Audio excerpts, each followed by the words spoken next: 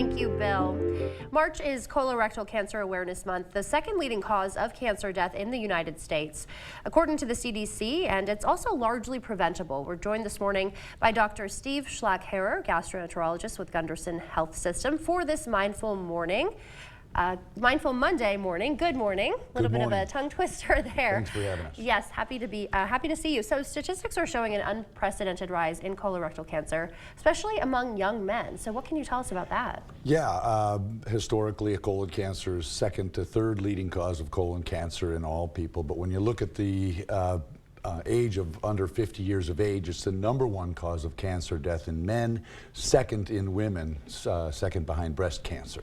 Yeah, so do we know what's behind, this kind of rise in younger people getting the cancer? We don't really know, and part of it may be secondary to increased screening, but we're certainly seeing an uptick in colon cancer in younger individuals, which has led to the recommendations changing from starting screening at age 50 to age 45. Okay, so now it's 45, and that's for everybody, regardless of kind of family history and everything? Or okay. No, 45 is for average risk individuals with no symptoms or problems. If people have had a family history of colon cancer or colon polyps, especially in first-degree relatives or second-degree relatives under the age of 60, we start screening at age 40.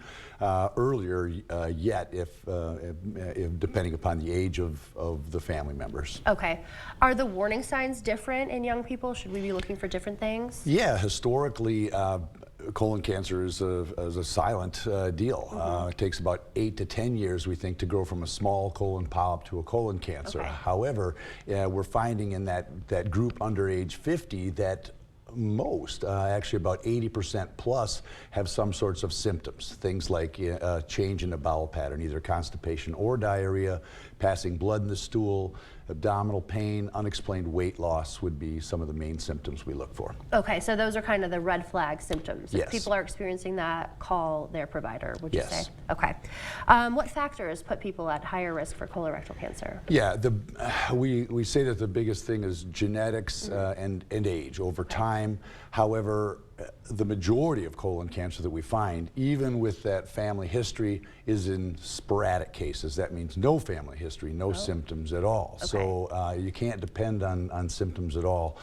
We don't know why we're necessarily seeing the uptick, especially in the younger population, but we suspect it may be what we eat, what we're exposed to in situations where we may be somehow genetically predisposed to develop these cancers.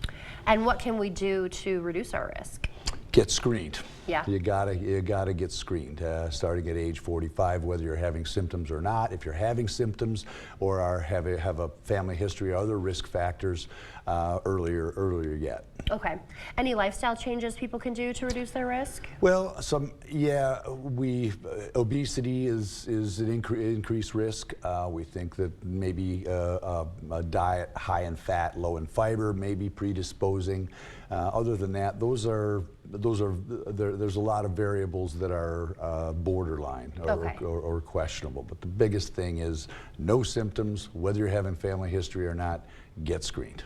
Okay, great. And then so we hear frequently when talking about colorectal cancers that it's preventable and treatable. Is that the case? And yes, what is the prognosis and treatment? First of all, I mean, the time it takes to grow from a small polyp to a colon cancer, 8 to 10 years, gives us a wide window to be able to go in and take these polyps out. It's very easy to do by a skilled endoscopist, and so that's really the main thing. Without question, colonoscopy is the best test, not only finding them, but taking the polyps out, and all the other tests, if they're positive, you go for colonoscopy.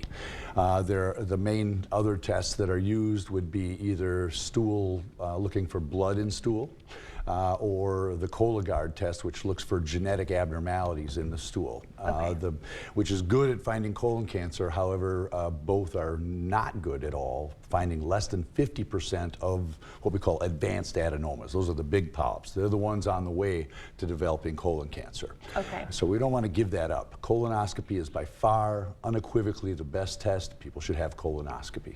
And people are kind of scared. You know, you Yeah. hear colonoscopy, people get kind of scared, but it's nothing to be scared of, right? Oh, absolutely not. And you know, we encounter this a lot, where Yeah. people are obviously anxious, or either they've heard of somebody who've had a bad experience, or this or that, or the prep, which is the worst part about the whole deal. Okay. But it's really not a big deal. And can be just have to bust life-saving. through that. So- Oh, without question. So worth it. Yeah. Without question. Okay. All right. Well, thank you so much for joining us and My providing pleasure. us this information.